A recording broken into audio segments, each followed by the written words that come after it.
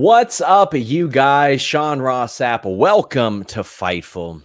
I am live in the one studio I have that apparently wants to work these days. Technical issues with the other one. So apologies for the late start. But hey, if you're here, thumbs up, subscribe. Apple, banana, whatever fruits in the in the chat, please. All those emojis, we want them, we love them. We've got exclusive news to talk about from FightfulSelect.com and much more. But by God, we're here right now on a week where we've got a Mark Henry interview coming up. I've got a nice video where I talk about meeting Maven. A lot of cool things there. Check it out. But we've got Alex Pawlowski here. He's over on FightfulSelect.com. Yeah. Lots, but he showed up to work tonight, which is surprising to me considering the thread of tonight's AEW Dynamite, or the threat of it, depending on how you would take what happened. Yeah, every time I was able to settle in and go, this is a pretty good episode of Dynamite, something would happen and would make me just want to quit. That's how much I hate this. I don't want to do this anymore. I hate it so much. I hate it so much. Oh my gosh. A reminder, guys, FightfulSelect.com. I'll plug it as pertinent things come up. That's the most direct way to support us.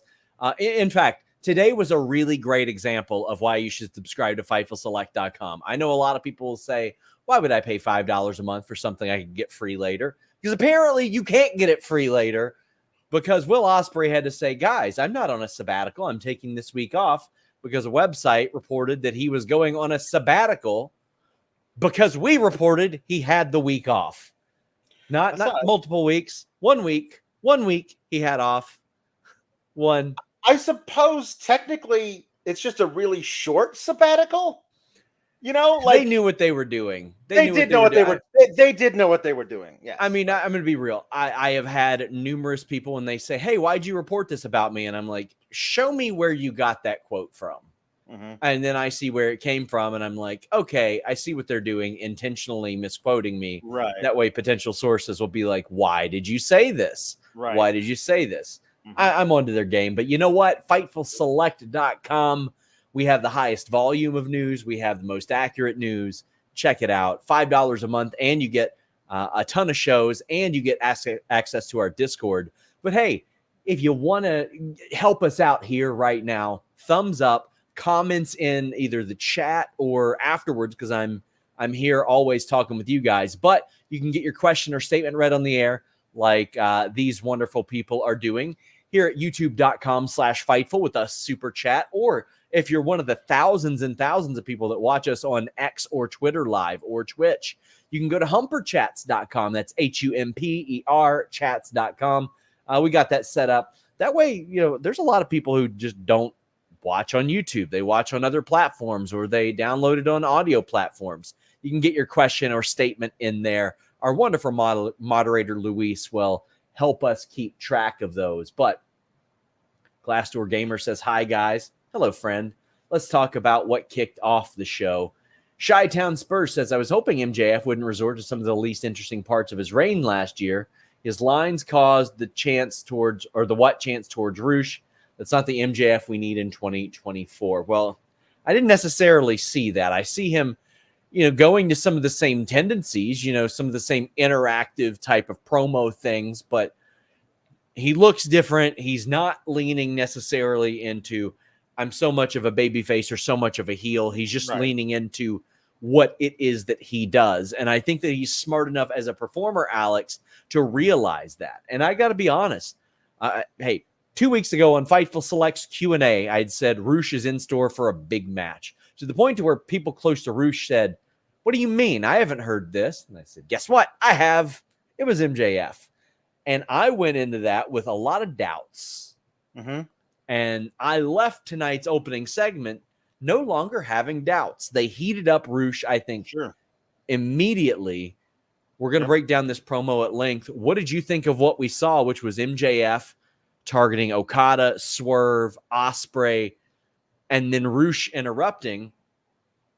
MJF setting him up for a nobody gives a shit line. We got some what chants as well, but those were quickly overcome by the heat associated with the segment, I feel.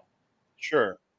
Like MJF, I feel like may actually be that generational talent that he loves to say that he is so often, when he doesn't rely on the crutch of that guy I'm name dropping for no reason doesn't have six-pack abs. Other guy I'm name dropping for no reason. For some reason, I'm insinuating he doesn't speak well. Other guy I'm name dropping for no reason. Like, and he just throws this stuff, like when he said to Roosh, like, a dime store suit. I don't know, that suit looked fine to me.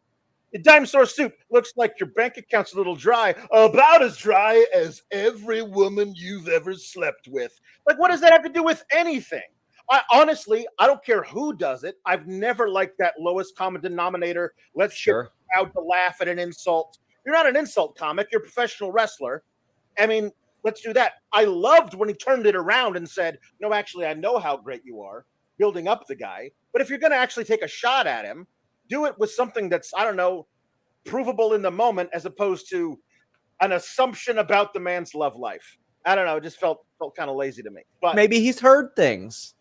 Perhaps he has. We can't say it's an assumption. We don't know.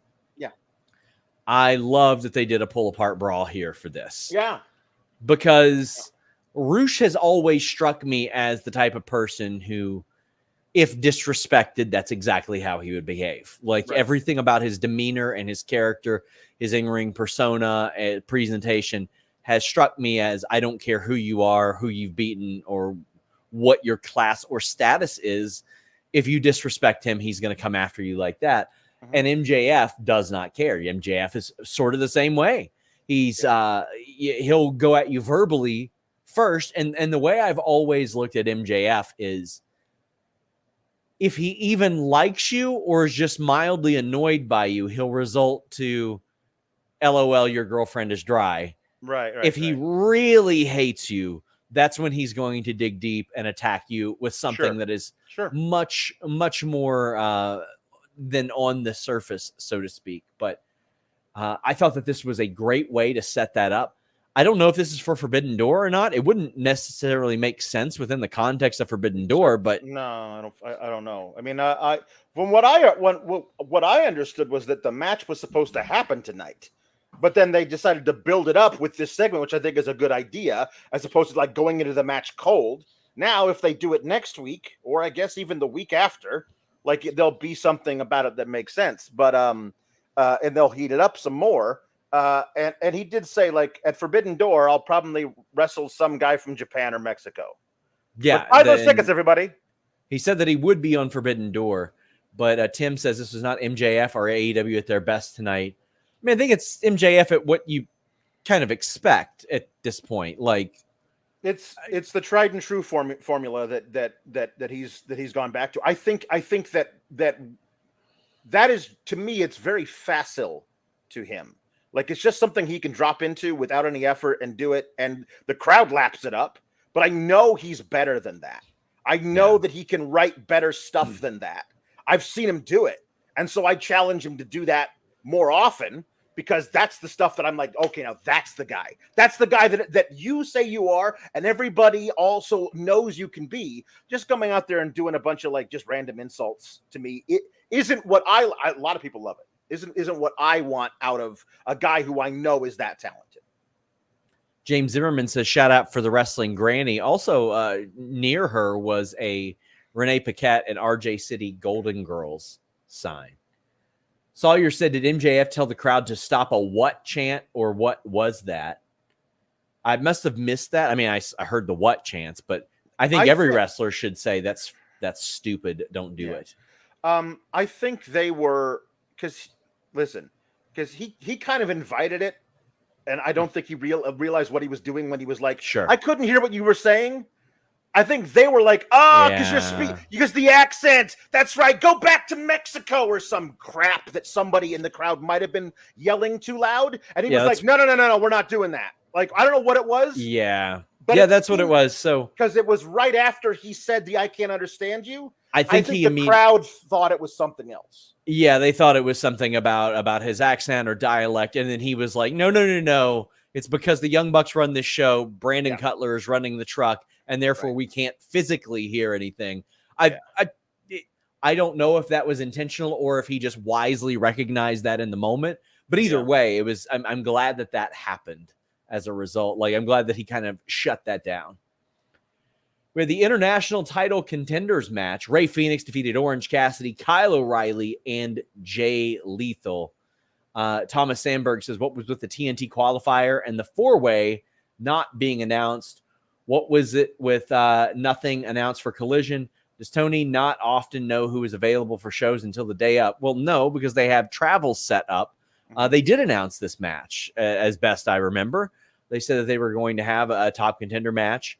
The TNT qualifier, they announced that last week as well via Christopher Daniels. So, Thomas, I appreciate the super chat, but they absolutely announced that TNT title qualifiers were coming. They didn't specifically say who it was. This one. Yeah, that was the one to me, because at the time, earlier before they did this, I said, so are we still doing those I was on my the Sour Graps Discord, and I was like, did I miss something? Did they say they were going to do another TNT ladder match qualifier, or is it just Takeshita versus himself? Because it feels like forever since Takeshita won that first match, and to me they hadn't announced any other ones. Then they had one. That's good. My question about this Fatal 4-Way is, I guess it's like a thing of like Will Ospreay's going to defend his title literally all the time, because they've already set him up to have a match versus Swerve for Forbidden Door. So in the meantime, he's got to defend his title on an episode of Dynamite, and they're doing a Fatal 4-Way for that, and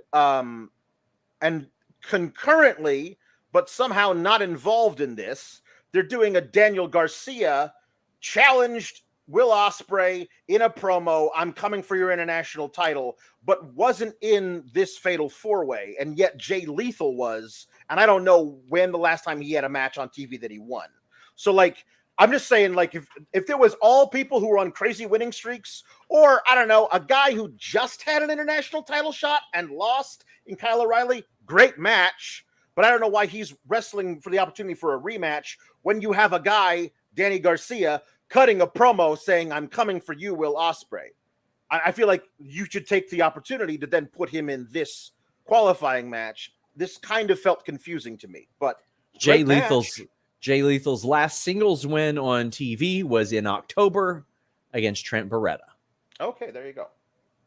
It's been a while.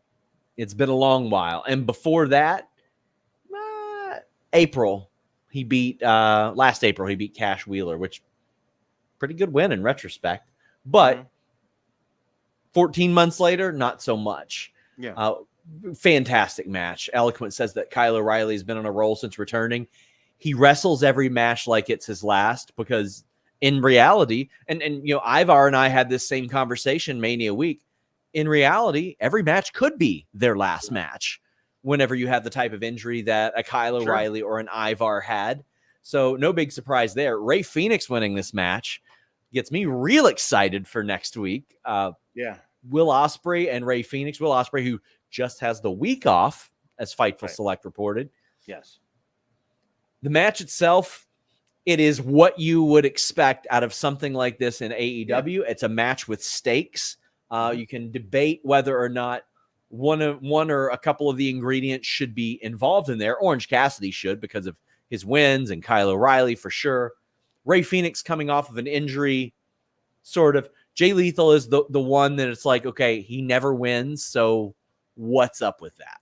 Yeah. I kind of thought that that Orange Cassidy would win this, simply because it goes back to the Forbidden Door, him versus Ospreay. So you have that kind of history between them.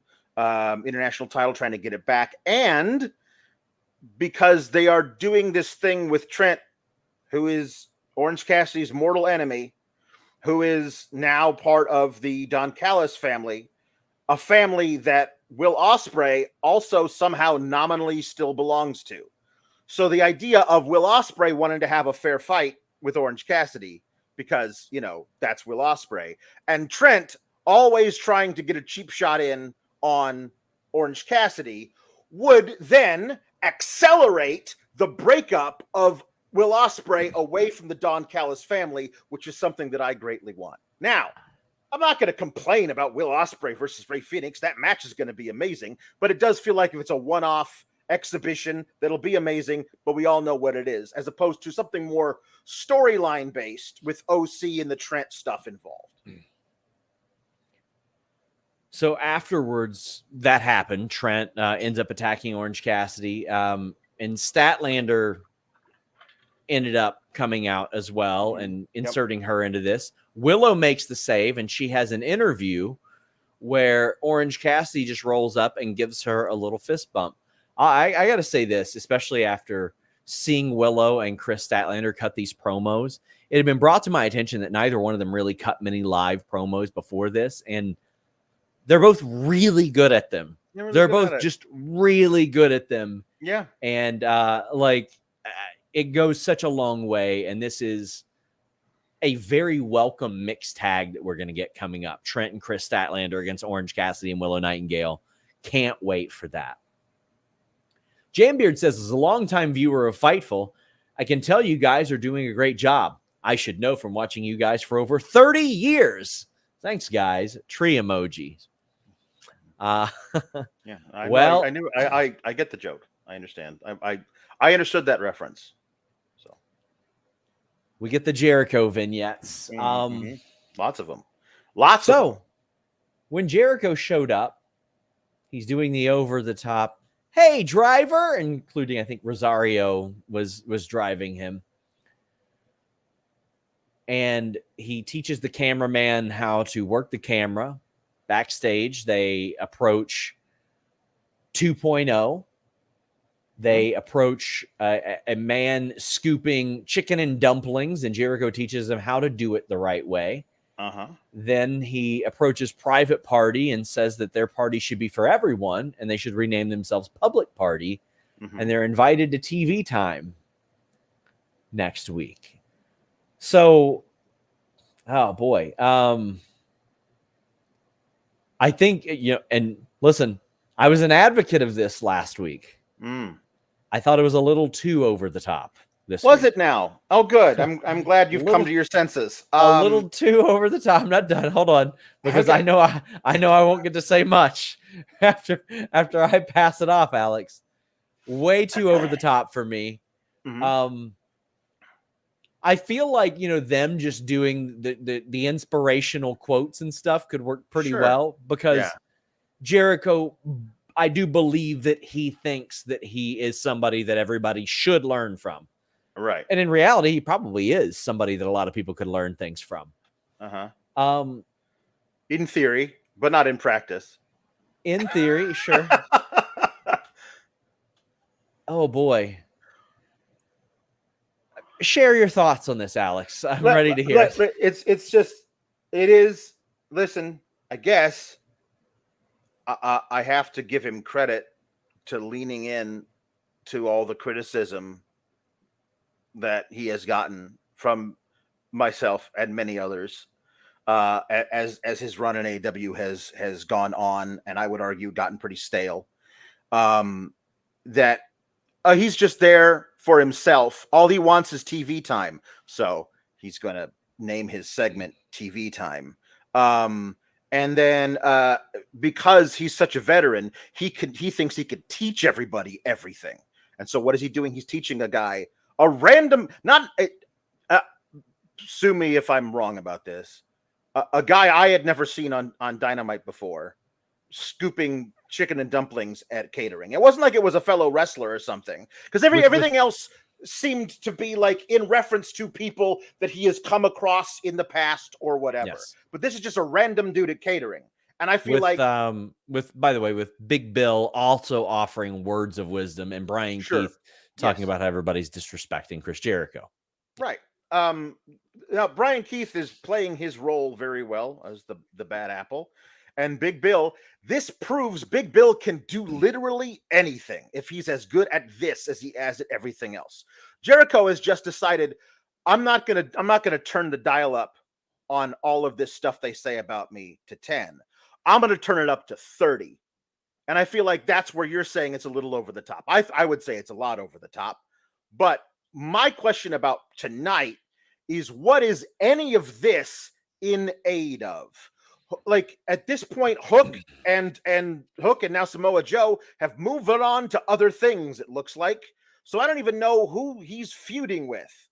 Like, is he feuding with me personally? Because if so, I'm tapping out. You won. Stop it. Stop doing this to me. I can't take it anymore. I quit. Like, if that's what he's doing, fine. He won. Like, I don't need to see it anymore. You don't need to, like, cut back to him 5 times during an episode of Dynamite to prove to me that he is this thing. Was it 5? Was it 5 or was it 4? It was at least 4. It might have been 5. I don't know. They had the plane 2.0, the dumplings in Private Party. Yeah. There was not okay. Well, if that was all of it, then mea culpa. It just felt like 5. It felt like 20, but it felt like more than 4. I guess the only thing we actually get out of this is Private Party is going to be on the learning tree next week. And then I'm assuming it'll be Private Party versus Big Bill and Brian Keith, which I guess is a tag match you can do, but I don't know why you have to go through all of this to get to that. So if you want to learn how to make your tree grow an extra branch. My friends, you know we always care about your performance at Fightful, and we want to keep that performance at a main event level. And you can with Blue Chew and the code Fightful. The same active ingredients as Viagra and Cialis, but in a much more affordable option. Blue Chew is ready whenever you are or whenever you're not. Helps give you that extra motivation. That way you can make sure that your performance is at a championship level. You go online to bluechew.com, and when approved by our online physicians, you get that confidence, you get that performance, and you get it shipped straight to your door. No awkward conversations with the doctor, no waiting in line at the pharmacy, all of that stuff. You use that code FIGHTFUL, get your first shipment free. That's how confident that they are that they're going to make you confident. What do you have to lose? BlueChew.com and the code FIGHTFUL. Matt Kuhn Music, good friend of the show, says, because I've been watching more and more Fightful live video content, Alex is great at this, and Kate looks terrible tonight, and I feel bad for her. Well, you know I'm not Kate because my internet works. There you go. Yep. And because I kicked off the show with an intro. Although my other office is undergoing tech difficulties. Won't attach the webcam after I had to get a whole new rig. Unreal. So terrible. Tom LaValle says, super chat for that super segue, A+ SRS. Chris says, does Tony know that Chris has go away heat? Don't talk about yourself like that, Chris. Chris, don't do that to yourself. We've by far got more super chats about this than anything else, Alex. Yeah, well, so people like to mess with me. People like it. Janbeard says, I think the Jericho stuff was the best part of this show, and I really enjoyed the wrestling on this episode. Tony says, them breaking the Jericho stuff up makes it seem like, to me, like they were trying to see if it would prevent channel changes. But to me, it was worse. What's your theory on that, Alex? I honestly, I don't know. Like, I would much prefer a straight 5-minute, my God, probably with the way he talks, an 8-minute segment in the ring, them doing a learning tree thing together at once, then just dropping in on the learning tree 4 times in 2 hours when I don't know it's coming. I would actually prefer more TV time in total if it's all at once, as opposed to spread out over the course of the evening, because it's just every so often it was just a jump scare. Like I was just watching a wrestling program, and then, oh Jesus, it was too much. Tim McFall says this episode proves that that TK hates Alex and the SGS. Shauna Bolinski says, glad to see that Alex survived the horrible, cringy, and obnoxious Jericho segments. Barely. 2LT Cole Photo says, please tell me you still like this, Sean. I did not like tonight's. Didn't. It might have Jordan been, Scott. Yeah. It was not for me. It was not for me. It was too much. Jordan Scott says there's no depending. It was an outright violent threat. Was the calamities of Jericho. It's just like him trying to overkill something, though Brian Keith did pop me. I mean, that's at least the benefit. That's at least the positive element of this. Like I genuinely hope what people are telling me they think is going to happen, which is this is going to make Brian Keith into a big star. That'd be amazing. I think that'd be a really cool story for Brian Keith. I think he's really talented. That would be the first time anybody's actually had their career actively helped by being involved in and like some people, in spite of it, after they break away from him, do better things, but not while they're part of it. So Dante says Jericho and the Bucks doing the obnoxious heel thing is too much. If I got rid of one, it'd be Jericho's shout talking segments because they don't add anything other than make a mid-episode worse. That is a very, very good point. You've kind of already got Bucks doing the very like sarcastic, smarmy, like we're pretending to be nice guys thing. And I mean, I think that one kind of works, but I had pitched a similar gimmick to this before, but I think like an Apollo Crews would be good at it because he's a guy that appears so nice that you really can't tell whether he's being genuine or not. Yeah. With Jericho, you know he's not being genuine. Right. And I think that a guy like Apollo Crews, for example, like you see him and you're like, okay, I buy it. I buy that maybe he's saying these things and he thinks they're nice, but they're not. Sawyer says if this tree stable ends with Keith way more over so he can join Hangman and Bandito in a Western trio, it will be worth it. Listen, at this point, I kind of like the idea of Bandito and Keith as a tag team and Hangman. I think it's kind of love fun. That idea. I love that idea. That seems like it's quite a ways off from the bad apple, the guy who tells people not to disrespect Chris Jericho, to being in this Western themed tag team. Jambeard says it's funny when people say Jericho is a channel changer. When out of the 5 years of AEW, he's always been a demo draw on a consistent basis. I don't pay attention enough to the numbers to really speak on that necessarily. I pay attention to the media rights numbers. That's what I'm more worried about. TV viewership numbers, unless they're like really, really great or so terrible that the company's about to shut down, I don't usually pay that much attention to it personally. That's not my beat. That's something that WrestleNomics covers very well. Yeah. Patrick says the Bucks approving Jericho getting multiple segments is their most heel move yet. I mean, that would honestly be kind of funny if like Jericho on TV said, I want to thank the Young Bucks for actively approving me getting this television time. You guys have been visionaries. 2LT Cole Photo says, get Large William and Bounty Hunter out now. We'll see what comes out of this. Because right now they're not doing anything with it. So we'll see what comes out of this in a couple of months. Or maybe, let's be honest, 12 months.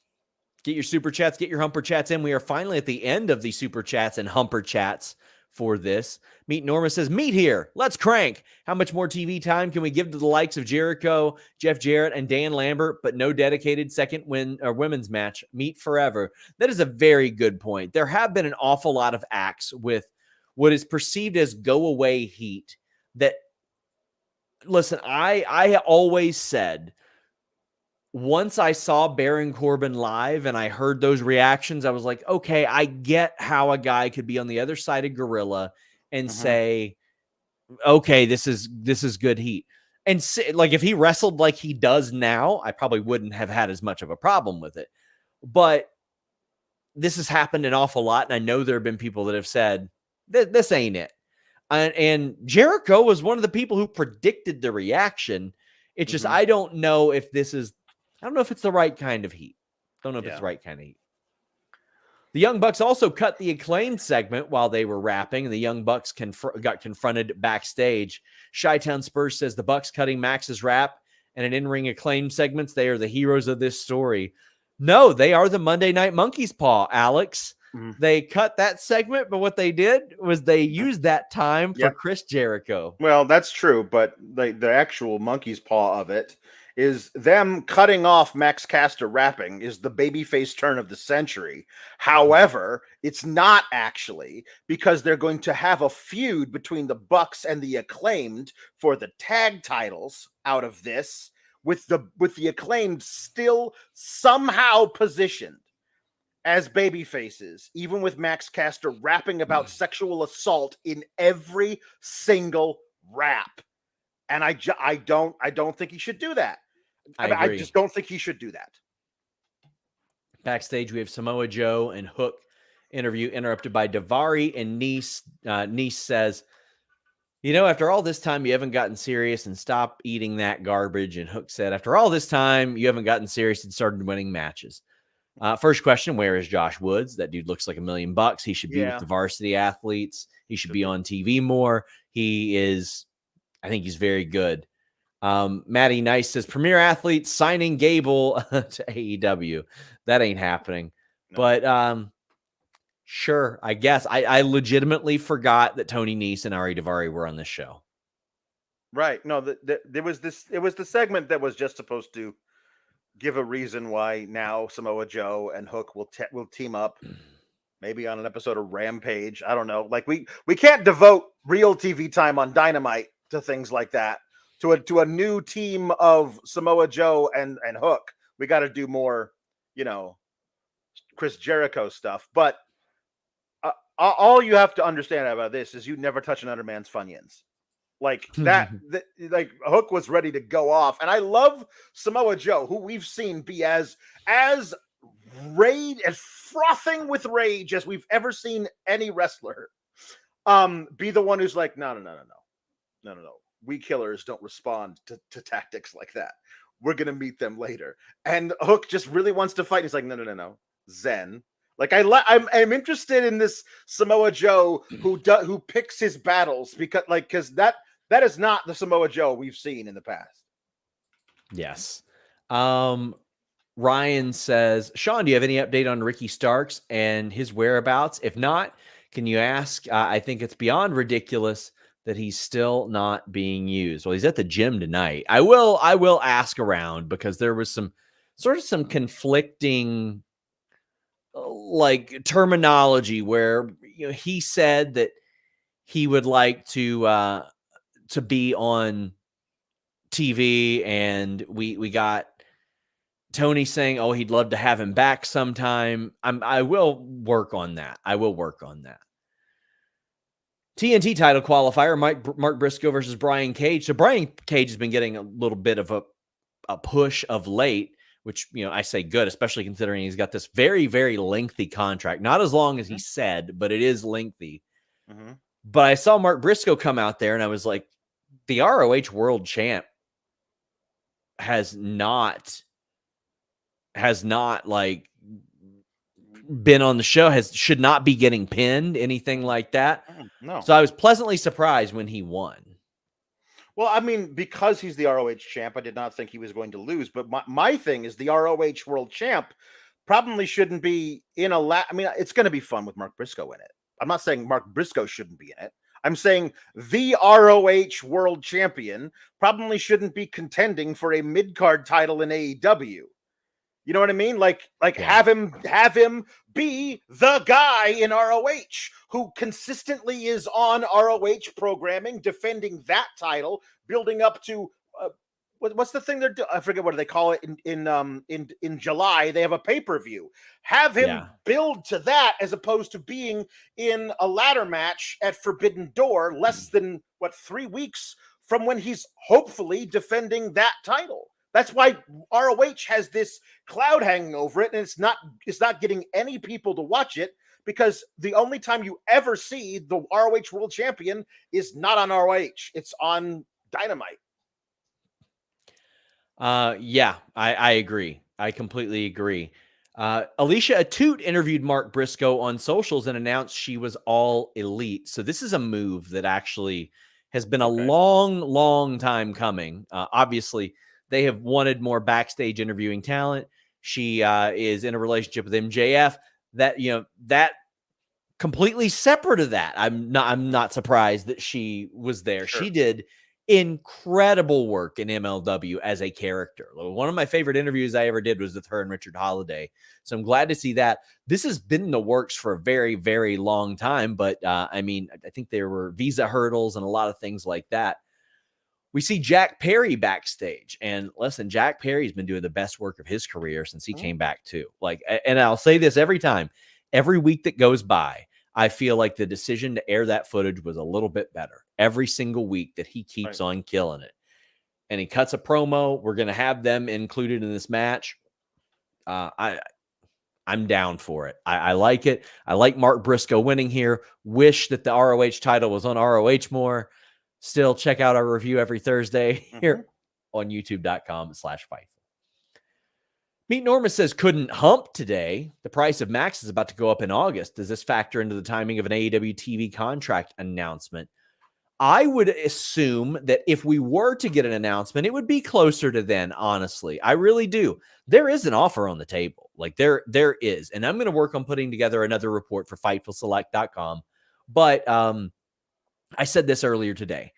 If you're AEW, ideally you want next day or concurrent streaming on Max if you can. You want TBS, TNT, True TV. I don't give a damn what they got showing your show, not just live, but you want them replaying it at like 2 p.m. on a Saturday. Yeah. A lot of those things is what you want. You want your pay-per-views and PLEs on there if it makes sense. Dare I say that a big part of WWE's popularity explosion probably has to do with the accessibility of their pay-per-views and their PLEs and all that stuff. It's very easy to watch them. And I think that that's something that could hopefully happen. Daniel Garcia vignette, man, they were heavy on the video packages tonight. And that's good because how often do you have people saying, you're not even going to do a video package? And then when you do like 50 of them, you still got people crying about Mina Shirakawa, who's been on the show for 2 months, not getting one. But you saw video packages for him, for Mercedes, who we'll talk about. The Daniel Garcia one is good, but much to your point, like you should have just been in that match earlier. Yeah, I'm the guy who's saying like Daniel Garcia is, let's say Jack Perry is the guy who comes away with the TNT title. The perfect guy to chase and eventually dethrone him is Daniel Garcia. Yeah. And I would personally start all of that by having them do memorable spots to each other in the ladder match for that vacant title. Have Jack Perry win the match by pushing Daniel Garcia off the ladder so that he can do it. And that starts the whole thing because we've already seen him have that match versus Copeland and then have the match versus a very good match versus Christian Cage at Revolution and then just faded away from the TNT title when I thought that was a really good spot for him. And I don't think even if Will Ospreay does accept that title challenge, I don't think he's beating Will Ospreay for the international title. But I do think he could, over the next few months, build up to where he's the TNT champ. So I think you should do that instead. Jamebeard says that Perry's qualifying match against should be either against Nakazawa or Matt Seidel to screw with CD, plus put Nick Wayne in the ladder match. I think Nakazawa would honestly be a very funny idea in that regard. I think that'd be a really good touch. I really like the idea of Nick Wayne in the ladder match as kind of like a representative of the patriarchy to bring the title back to the family. Like Christian Cage moved on, but Nick Wayne is going to do it for his dad, kind of a thing. I think that could be a cool reason why he gets a qualifier, and then he wins the qualifier and gets in. He wouldn't win the match, but I think it'd be a cool thing to get him in there. We get the Mercedes Moné video package and QR code.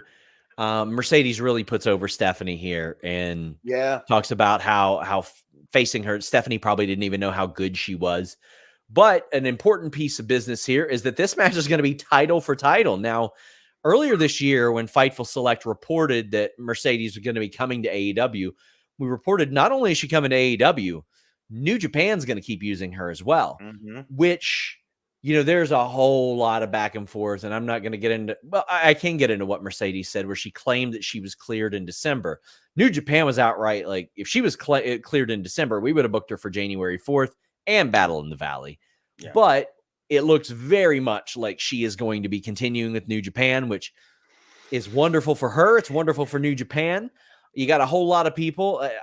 I responded to a tweet today that say, like, where does New Japan benefit from the partnership with AEW? And they would complain when AEW would sign away their talent. Well, when it's a difference of millions of dollars, I'm sorry. Like, I'll give you guys a good example. If somebody came along and offered Alex 3 times what he was making here, I'm not going to say Alex got poached. I'm going to say Alex got a great opportunity. That's what I would say. Listen, because I am very loyal, I would give you the opportunity to match. I'm just saying, I would give the opportunity to match plus 5%, and then everything is 20%. But I mean, honestly, but yes, thank you. I probably would have to consider the offer. Oh man. So yeah, that's now New Japan has an IWGP champion who is one of the biggest stars in wrestling. They get to use a ton of the talent, including Mercedes, who's about to be one of their biggest stars as well. Cool. Like the video package, made a lot of sense. Yeah, I listen. This match is going to be amazing. You listen. Forbidden Door. You get Toni Storm versus Mina Shirakawa, and Stephanie Vaquer versus Mercedes. Like, those 2 women's matches are going to be among the top 5 women's matches of the year, perhaps, if not one of them being the best of the year. Certainly a very good chance of it. Like, they're going to be amazing. Like, Forbidden Door having those matches on it for the women is a huge stride in the right direction. I think that is going to be, as we say here, a humper. Christian Cage meets with the Young Bucks. I don't have a lot on this one, but check out Christian Cage's interview with Chris Van Vliet. He doesn't do a lot of those, and it was really, really good. Like, just unbelievably good. Blackpool Combat Club defeated Team CMLL. This was such an ass whooping early on. I was like, is this about to be a squash? Like, that's how much it was. Wheeler Yuta's back. They mentioned that the last time all 4 of these guys were together in a match was Anarchy in the Arena last year. Yeah. A phenomenal match here. Now, I get it. A lot of people aren't going to know the people on Team CMLL. I think they should have done a little video package here. That should have happened. Yeah. But Wheeler Yuta gets the pin with a nice seatbelt pin. Oh, I loved it. And like them putting him up on his on Claudio's shoulders. This was a reintroduction of Wheeler Yuta and a way to say Blackpool Combat Club is still a thing. Yeah. I missed Wheeler Yuta, that little shit. And he's great, and it was cool to let him get the pinfall here. I thought all the CMLL guys were great. Like this, I mean, I'm listen again. I don't know all these guys very well. Whichever, I think it was Esfinge, the Sphinx, who was doing the monkey flips to Claudio. Like, those weren't monkey flips; those were King Kong flips. Yes. Like, I have never seen a monkey flip to get that height and that distance out of the corner. Those were amazing. These guys are great. And I love, honestly, that Forbidden Door is now, like, branching out to other areas of the world. Like, who knows what this is in another 3 or 4 years, where we might be getting, like, top Australian talent and stuff. Like, some really cool stuff that you could get in Forbidden Door. Well, Bryan Danielson cut a wonderful promo after this, backstage directly into the camera. He said, it's been a few months since I revealed that this is going to be my last year as a full-time competitor. Now, he has said he will still wrestle here and there, which, great, because it seems like he'll wrestle probably estimate 6 to 8 pay-per-views and then maybe a couple Dynamite big matches here and there, cool. Give me that.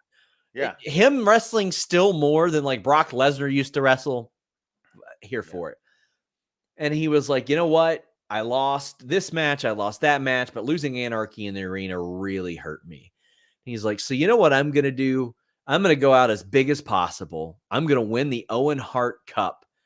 and I'm going to win the AEW World title at All In. So people kept asking me, why are they doing Will Ospreay and Swerve at Forbidden Door? And I was like, I don't know what they have planned, but it seemed pretty evident to me MJF and Ospreay is the long play. And I have long thought, and we didn't talk a lot about that, but we have long talked about how they like to level up those championships. And I kind of scoffed when they did it with the All Atlantic title, but they did it. And they did it. It worked. Mm-hmm. I think they're going to almost like sort of level this up again to where you've got Ospreay and MJF, and then you've got Bryan Danielson challenging for the world title at All In.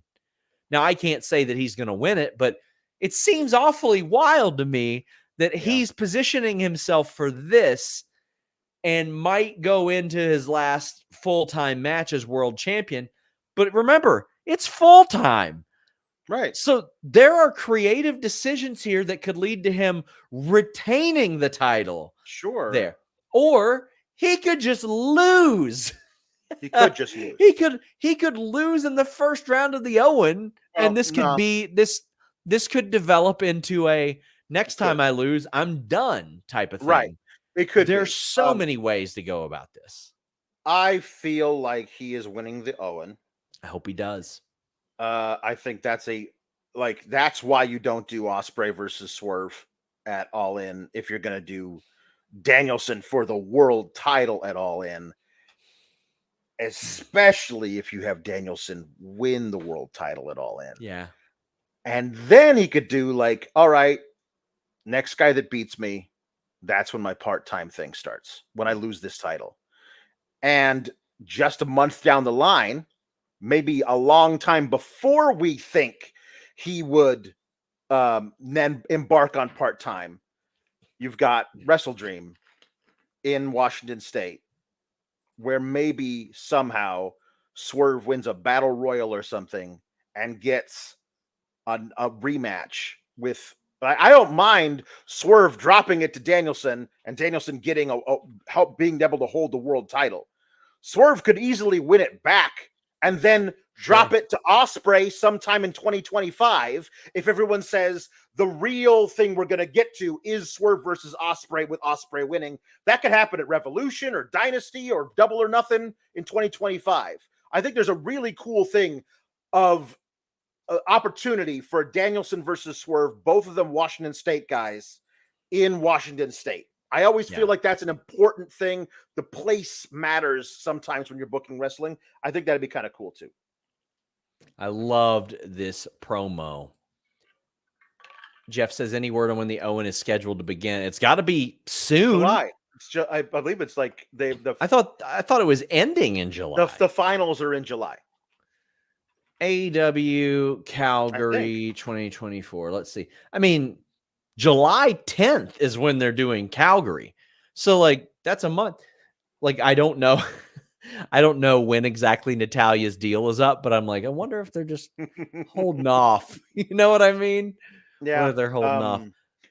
The thing about this is that we now have a bunch of still I'm assuming at least 4 more qualifying matches for this ladder match that's happening at Forbidden Door, while we also have to start super soon on the matches in the first round of the Owen Hart tournament. And it would be weird if people were in both things. I mean, you can still do it that way, but I don't know. So there's a lot to start getting started on in the next couple of weeks. There's just a ton. There is a ton. And listen, I'm all for this Owen tournament. I think that it's there was a point where I was like, okay, well, a ladder match and the qualifiers and this tournament, and then you got all that. You know what? I'm good with it. AEW is kind of built on that anyway. So I'm good with it. I'm fine with it. Yeah. Maddie Nice says Darby beating BD at Wrestle Kingdom. Bryan Danielson at Wrestle Kingdom. I don't know. I know one thing.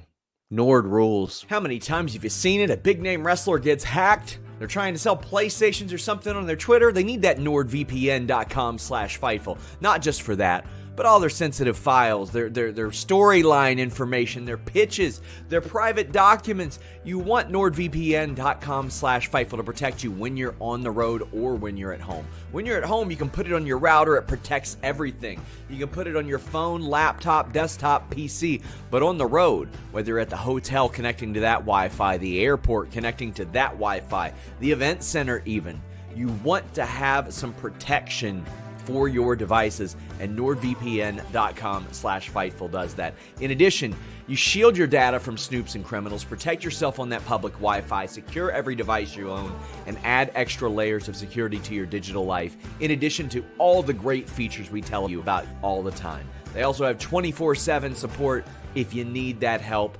NordVPN.com/Fightful. Saraya defeated Mariah May. A lot of people were asking, why did this match get moved from last week? From what I understand, it wasn't supposed to be announced for last week. It was always supposed to be this week. Maybe a miscommunication there. Clearly, Saraya was not happy with it, but I saw some people saying like, oh, well, they probably did this to appease her.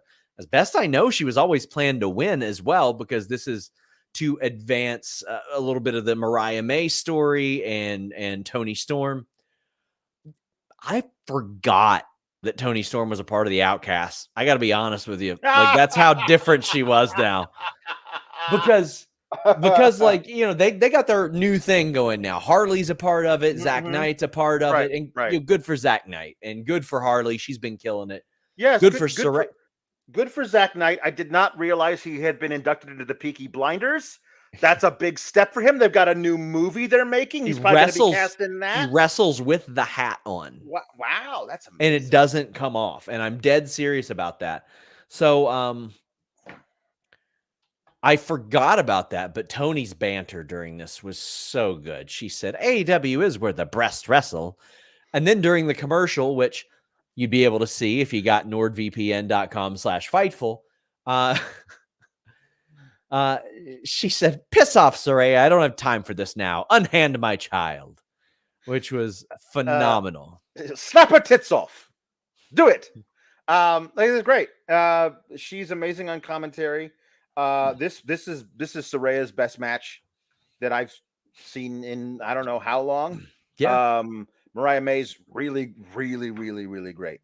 And yes, I guess the result is a little shocking, but part of the thing was that she was like almost looking to Toni Storm for permission to tap out because it did hurt. Sure.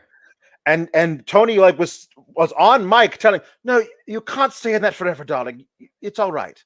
And then she tapped out. And then I was like, that was cool. And it was to like show that she had concern for the well-being of her. Yes. And then there was the beatdown, which there was Mina Shirakawa made the save. And then they were going to get, they bounced boobs off of each other for a while. That was fun. We'll talk about that momentarily. We'll get into that because okay. All right. Terry Allen Jr. says Saraya is undervalued, needs to change soon. Well, I mean, her getting a win here hopefully will lead to some semblance of creative. Yeah. I mean, like, listen, she had a good match with Hikaru Shida last year. Before her absence, she had good matches regularly. I mean, she had good ones with Emma, with Sasha Banks. It happened, but I mean, like it's hard to kind of get started when you don't get those one-on-one reps, and she doesn't really get those one-on-one reps a lot. I mean, they're paying her a lot of money. They're paying her a lot of money because they were trying to fortify that division. And I say, at least give her the shot to show why it was that you hired her and put that money into her in the first place. Now, after this, and we got a lot of people saying it was her best AEW match. I agree. I think it was a good match. Jambeard says thought they might do the towel spot again. I think eventually they're gonna do that's gonna come back and come full circle. Tom LaValle then talks about Mina Shirakawa. Mina versus Deep Friday into my veins. Let's effing go. So Mina comes out. I feel like I have seen her run out and make the save like a lot, but maybe it's only been 2 or 3 times now. And then obviously Tony and Mina are not on the same page, and Mariah is trying to bring them in together. I like this. Like Mariah's trying to force her will onto Tony now and being like, Yes. no, you're going to hang out with who I want you to hang out with. Mhm. She's no longer like just a lackey here. Yeah, no, there and all of these, and there a lot of them have been on TV, but there's so many of these that are on social media that start out with Tony Storm saying there and just racing up Robin saying bosom, and in runs Mariah May to like place her face right next to the bosom. And so that was kind of like turnabout's fair play to Tony Storm, who ended up on Mariah May's bosom as she was trying to like make sure they didn't fight, just nestled nice next to the bosom. This is a lot of fun. You can tell Tony's having a blast with it. And I mean, if the winner of the women's Owen Hart tournament gets the title shot at All In, maybe Mariah May is winning that. Yeah. Like there wouldn't be a storyline reason for her to for Tony Storm to give her a title shot, but Mariah May getting into the tournament, oh, obviously, when you win, darling, when we have our title match at Wembley, you'll just lay down and I'll pin you. And then by the time that rolls around, Mariah May says, "No, we're actually going to do this because I think I can beat you." There's some cool stuff you can do with that. So we've got Sawyer saying Tony, Mariah, and Mina are so good. Happy Pride. Yes, indeed. Happy Pride Month. Mike Hawk says Tony Storm, Mariah May, Mina was the #1 segment. Yup. Tim says Mina, Tony, and Mariah's love triangle is epic. Great physical comedy, but they aren't playing the relationship for laughs. This is a first in North American wrestling and way overdue. Happy Pride all. Indeed. You know what? That's a very, very good point. Yeah. We had a Roderick Strong video package and a Swerve interview where he talked about MJF's comments, and he said that he was sending the contract to Will to sign, and he's like, "Don't worry, no, shipping's on me," which I appreciated. And then we got the match. Now, a big talking point was, should Roderick Strong have gotten this match? And my main qualm with it was, I feel like Swerve should have been the one that said, yeah, give that little bitch a title match. Because for those that didn't see it, on Collision, Roderick Strong had a phenomenal match with Leo Rush, who I'm very happy to see back. It was so good. And Roderick Strong approached Tony Khan, who, have you ever seen Superbad, Alex? Years and years ago, but yeah, once. The only way I could describe his demeanor is when Jonah Hill's character says, "Fuck Becca," and he is met with surprise that his friend who has a crush on Becca would be offended by such. And he goes, "Oh, wow. Yeah." That's how Tony responded to this. He's like, "Oh, what? You want to tie? There's no way. Really?" And then he goes, "Okay, you get one." Because the point of the gauntlet match, which I think is fantastic, it is just as beneficial to be the first entrant as the most recent, because that gauntlet match can end whenever you want, or whenever possible. So Roderick Strong was excluded from that. The pin happened before he came out, and he was like, "You know what? I would have won that." And I feel like it should have been on Swerve a little bit. Tony Khan should have been like, "Listen, that's not how it works. You are absolutely world title quality," and he is 15-3 in singles matches in AEW. Yeah. Phenomenal record. But I feel like Swerve should have been like, no. Let's make an exception this one time. Right. Let's do that. That's my only qualm with how this happened, because listen, we're talking about WWE where a person just got a title shot after losing one because of a retirement promo. One that got a title shot where they ain't won a singles match since October. And then one just because, sure. But those are my qualms with how it was set up. I like Roddy pointing out that not only was I going to be the last guy into the gauntlet match, which would have given me an advantage had I gotten into it, but also I would have been able to get my revenge on Ospreay, who got lucky against me for the international title. So he want, and if before Ospreay, He says, I need to beat Swerve so that then Swerve is coming after. So then Ospreay has to come after me again.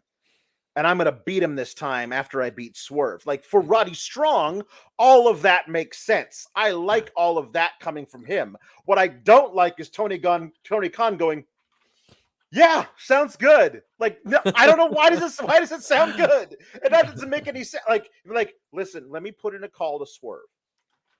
If he's cool with it, then I'm cool with it. Sure. And then by the time like the end of the show rolls around, then you could actually announce at the end of Collision, this is what we're doing. We're doing this because all the calls were placed. Him just saying yes as soon as it was asked felt weird. Love Fro says, love the end. Celebrate with that grandma Swerve. Swerve did after a phenomenal match. Such a great match, gosh. Phenomenal match. Swerve and Nana celebrated with Wrestling Granny out there. Man, this was really good. Sometimes you just need an absolute slapper of a match. Yeah. Go ahead. When Roderick Strong first showed up in AEW, I was like, hell yeah. Because if we get peak Roddy Strong, him against the very top guys, it's going to be they're going to be amazing matches because that dude is so great at everything.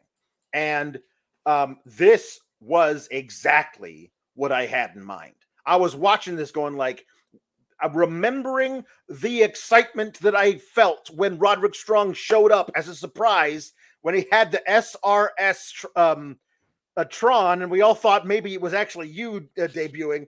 I was like, this is going to be great.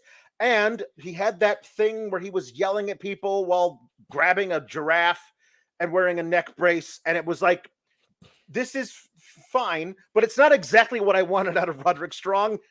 This is what I goddamn wanted out of Roderick Strong. It was so, so great. And Swerve had to up his game. This was excellent TV wrestling, man. You know the way I would have accepted Tony Khan just arbitrarily making this? If he said that he sympathized with Roderick Strong. That's nice. It's good. James Stalling says, the fact that Roderick Strong was not being used in NXT for all that time is criminal. He is great, and I'm happy for him. Well-deserved. Well, we had a report on Fightful Select, I want to say a couple years ago, where there was a time and a regime in NXT where there was going to be an effort to make the NXT Cruiserweight title like the World Cruiserweight title. Right. And they wanted to put world caliber level talent in there. And by that, I mean their perception of like Kushida and Roderick Strong. Yeah. And gosh, who else? I think Carmelo at one point was discussed for it. Mm-hmm. And that didn't end up happening. Yeah. Guys, get in your super chats, get in your humper chats. We are wrapping up. Please leave a thumbs up. And as always, leave a nice comment below. I've got an interview with Mark Henry coming up this week and a cool video that I did in the studio when it worked about the times I met Maven. And it is a shameless attempt to piggyback off of his success and try to get into his recommended video section. Nice. Meat Normus says, will we ever get Meat Madness asking for a friend? Yes, I think we almost definitely will because they realize the buzz associated with that. Yeah. Alex, tell the people where they can find you. You can find me on Twitter at Alex Sour Graps. You can find me on Mondays reviewing Raw there with Kate, with the great Kate, and also Tuesdays on this year channel, this YouTube, reviewing NXT. NXT Battleground is Sunday. We'll be reviewing that. A lot of really interesting stuff there. The former AEW star, Ethan Page, getting a title shot in his first match versus Trick Williams. Jordan Grace versus Roxanne Perez. A lot of really cool stuff at Battleground. That should be a really excellent show. Looking forward to reviewing that on Sunday. Also, Friday, we'll review SmackDown. Why not? Guys, thank you all so much. Leave us a nice review on podcast platforms, whether it be Apple, Amazon, Spotify. I've been pushing that an awful lot lately. We're going to have special giveaways where everybody who has left reviews is eligible, and we'll pretty well limit some of them to them. But guys, make sure you check out all of our stuff that we have going on. FightfulSelect.com. Until next time, we're out.